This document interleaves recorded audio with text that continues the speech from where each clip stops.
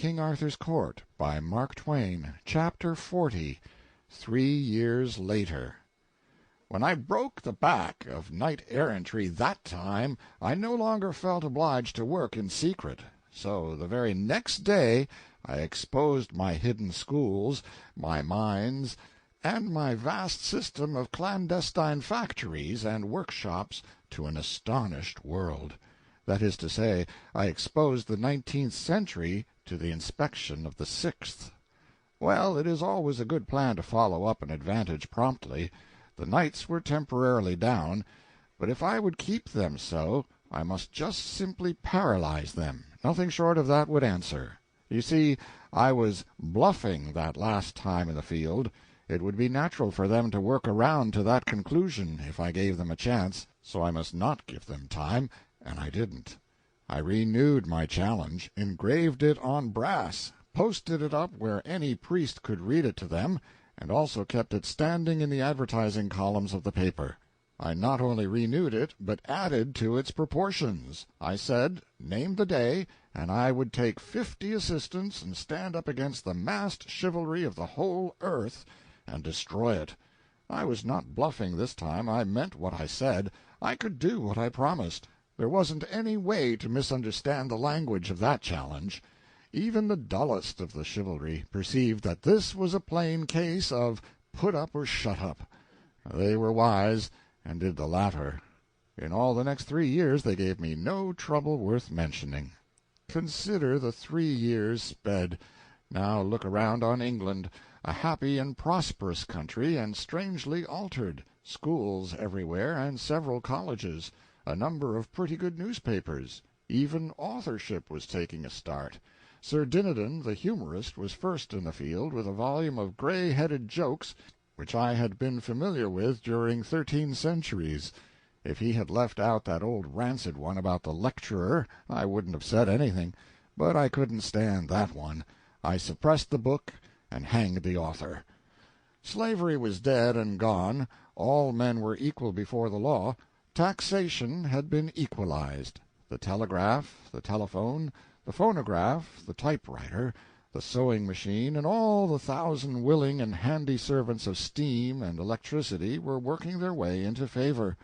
We had a steamboat or two on the Thames, we had steam warships, and the beginnings of a steam commercial marine. I was getting ready to send out an expedition to discover America. We were building several lines of railway, and our line from Camelot to London was already finished and in operation. I was shrewd enough to make all offices connected with the passenger service places of high and distinguished honor. My idea was to attract the chivalry and nobility, and make them useful, and keep them out of mischief. The plan worked very well. The competition for the places was hot. The conductor of the 4:33 express was a duke. There wasn't a passenger conductor on the line below the degree of earl. They were good men, every one, but they had 2 defects which I couldn't cure, so had to wink at. They wouldn't lay aside their armor, and they would knock down fare, rob the company. There was hardly a knight in all the land who wasn't in some useful employment. They were going from end to end of the country in all manner of useful missionary capacities. Their penchant for wandering and their experience in it made them altogether the most effective spreaders of civilization we had. They went clothed in steel and equipped with sword and lance and battle-axe, and if they couldn't persuade a person to try a sewing machine on the installment plan, or a melodeon, or a barbed-wire fence, or a prohibition journal, or any of the other 1,001 things they canvassed for, they removed him and passed on. I was very happy. Things were working steadily toward a secretly longed-for point. You see, I had 2 schemes in my head which were the vastest of all my projects. The one was to overthrow the Catholic Church and set up the Protestant faith on its ruins, not as an established church, but a go-as-you-please one. And the other project was to get a decree issued by and by, commanding that upon Arthur's death unlimited suffrage should be introduced, and given to men and women alike, at any rate to all men, wise or unwise, and to all mothers who at middle age should be found to know nearly as much as their sons at 21. Arthur was good for 30 years yet, he being about my own age, that is to say 40, and I believed that in that time I could easily have the active part of the population of that day ready and eager for an event which should be the first of its kind in the history of the world, a rounded and complete governmental revolution without bloodshed. The result to be a republic. Well, I may as well confess, though I do feel ashamed when I think of it, I was beginning to have a base hankering to be its first president myself. Yes, there was more or less human nature in me. I found that out. Clarence was with me as concerned the Revolution, but in a modified way. His idea was a republic without privileged orders, but with a hereditary royal family at the head of it instead of an elective chief magistrate. He believed that no nation that had ever known the joy of worshiping a royal family could ever be robbed of it and not fade away and die of melancholy. I urged that kings were dangerous. He said, then have cats. He was sure that a royal family of cats would answer every purpose. They would be as useful as any other royal family. They would know as much. They would have the same virtues and the same treacheries, the same disposition to get up shindies with other royal cats. They would be laughably vain and absurd, and never know it. They would be wholly inexpensive. Finally, they would have as sound a divine right as any other royal house, and Tom 7th, or Tom 11th, or Tom 14th, by the grace of God King, would sound as well as it would when applied to the ordinary royal tomcat with tights on. And as a rule, said he, in his neat modern English, the character of these cats would be considerably above the character of the average king, and this would be an immense moral advantage to the nation, for the reason that a nation always models its morals after its monarchs. The worship of royalty being founded in unreason, these graceful and harmless cats would easily become as sacred as any other royalties, and indeed more so, because it would presently be noticed that they hanged nobody, beheaded nobody, imprisoned nobody, inflicted no cruelties or injustices of any sort, and so must be worthy of a deeper love and reverence than the customary human king, and would certainly get it.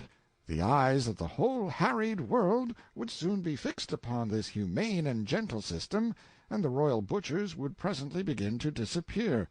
Their subjects would fill the vacancies with catlings from our own royal house. We should become a factory. We should supply the thrones of the world. Within 40 years all Europe would be governed by cats, and we should furnish the cats.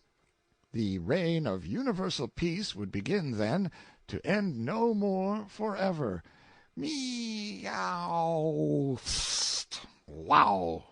Hang him, I supposed he was in earnest, and was beginning to be persuaded by him, until he exploded that cat-howl and startled me almost out of my clothes. But he never could be in earnest. He didn't know what it was. He had pictured a distinct and perfectly rational and feasible improvement upon constitutional monarchy, but he was too feather-headed to know it, or care anything about it either.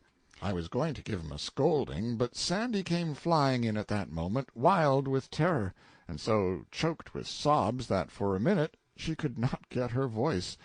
I ran and took her in my arms, and lavished caresses upon her, and said beseechingly, "Speak, darling, speak! What is it?" Her head fell limp upon my bosom, and she gasped, almost inaudibly, "Hello, Central!" "Quick!" I shouted to Clarence. "Telephone the king's homeopath to come." In 2 minutes I was kneeling by the child's crib, and Sandy was dispatching servants here, there, and everywhere, all over the palace. I took in the situation almost at a glance. Membranous croup. I bent down and whispered, "Wake up, sweetheart. Hello, Central." She opened her soft eyes languidly, and made out to say, "Papa." That was a comfort. She was far from dead yet.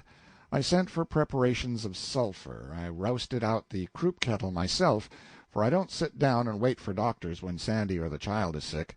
I knew how to nurse both of them, and had had experience. This little chap had lived in my arms a good part of its small life, and often I could soothe away its troubles and get it to laugh through the tear-dews on its eyelashes when even its mother couldn't. Sir Launcelot, in his richest armor, came striding along the great hall now on his way to the stock-board. He was president of the stock-board, and occupied the Siege Perilous, which he had bought of Sir Galahad, for the stock-board consisted of the Knights of the Round Table, and they used the Round Table for business purposes now. Seats at it were worth, well, you would never believe the figure, so it is no use to state it. Sir Launcelot was a bear, and he had put up a corner in one of the new lines, and was just getting ready to squeeze the shorts today. But what of that? He was the same old Launcelot, and when he glanced in as he was passing the door and found out that his pet was sick, that was enough for him. Bulls and bears might fight it out their own way, for all of him. He would come right in here and stand by little Hello Central for all he was worth, and that was what he did. He shied his helmet into the corner, and in half a minute he had a new wick in the alcohol lamp and was firing up the croup kettle. By this time Sandy had built a blanket canopy over the crib, and everything was ready. Sir Launcelot got up steam. He and I loaded up the kettle with unslaked lime and carbolic acid, with a touch of lactic acid added thereto, then filled the thing up with water and inserted the steam-pout under the canopy. Everything was ship-shape now, and we sat down on either side of the crib to stand our watch. Sandy was so grateful and so comforted that she charged a couple of churchwardens with willow bark and sumac tobacco for us, and told us to smoke as much as we pleased. It couldn't get under the canopy, and she was used to smoke, being the first lady in the land who had ever seen a cloud blown. Well, there couldn't be a more contented or comfortable sight than Sir Launcelot in his noble armor, sitting in gracious serenity at the end of a yard of snowy churchwarden. He was a beautiful man, a lovely man, and was just intended to make a wife and children happy. But of course Guinevere—however, it's no use to cry over what's done and can't be helped. Well, he stood watch and watch with me, right straight through for 3 days and nights, till the child was out of danger.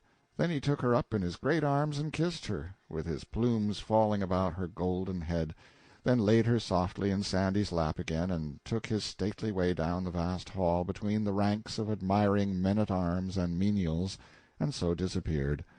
And no instinct warned me that I should never look upon him again in this world. Lord, what a world of heartbreak it is! The doctors said we must take the child away if we would coax her back to health and strength again, and she must have sea air. So we took a man-of-war and a suite of 260 persons and went cruising about, and after a fortnight of this we stepped ashore on the French coast, and the doctors thought it would be a good idea to make something of a stay there. The little king of that region offered us his hospitalities, and we were glad to accept. If we had had as many conveniences as he lacked, we should have been plenty comfortable enough. Even as it was, we made out very well in his queer old castle, by the help of comforts and luxuries from the ship. At the end of a month I sent the vessel home for fresh supplies and for news. We expected her back in 3 or 4 days. She would bring me, along with other news, the result of a certain experiment which I had been starting. It was a project of mine to replace the tournament with something which might furnish an escape for the extra steam of the chivalry, keep those bucks entertained and out of mischief, and at the same time preserve the best thing in them, which was their hearty spirit of emulation. I had had a choice band of them in private training for some time, and the date was now arriving for their first public effort.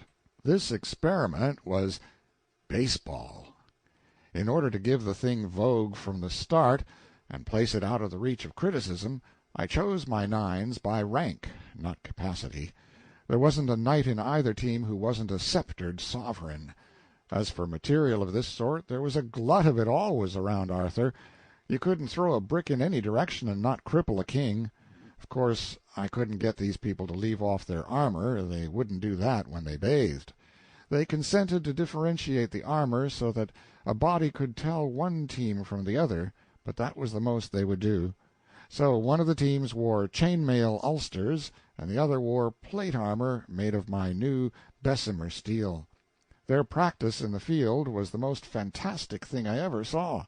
Being ball-proof, they never skipped out of the way, but stood still and took the result. When a Bessemer was at the bat and a ball hit him, it would bound 150 yards sometimes, and when a man was running and threw himself on his stomach to slide to his base, it was like an ironclad coming into port. At first I appointed men of no rank to act as umpires, but I had to discontinue that. These people were no easier to please than other nines. The umpire's first decision was usually his last. They broke him in two with a bat, and his friends toted him home on a shutter. When it was noticed that no umpire ever survived a game, umpiring got to be unpopular. So I was obliged to appoint somebody whose rank and lofty position under the government would protect him. Here are the names of the nines: Bessemers, King Arthur, King Lot of Lothian, King of Northgalis, King Marsil, King of Little Britain, King Labor, King Pelham of Lisengese, King Bagdemagus, King Ptolemy Lephaintus, Ulsters, Emperor Lucius, King Logris, King Martald of Ireland, King Morganor, King Mark of Cornwall, King Nentrus of Garlot, King Melodius of Lyonesse, King of the Lake, the Saudin of Syria. Umpire, Clarence. The first public game would certainly draw 50,000 people, and for solid fun would be worth going round the world to see. Everything would be favorable. It was balmy and beautiful spring weather now, and nature was all tailored out in her new clothes. End of chapter 40.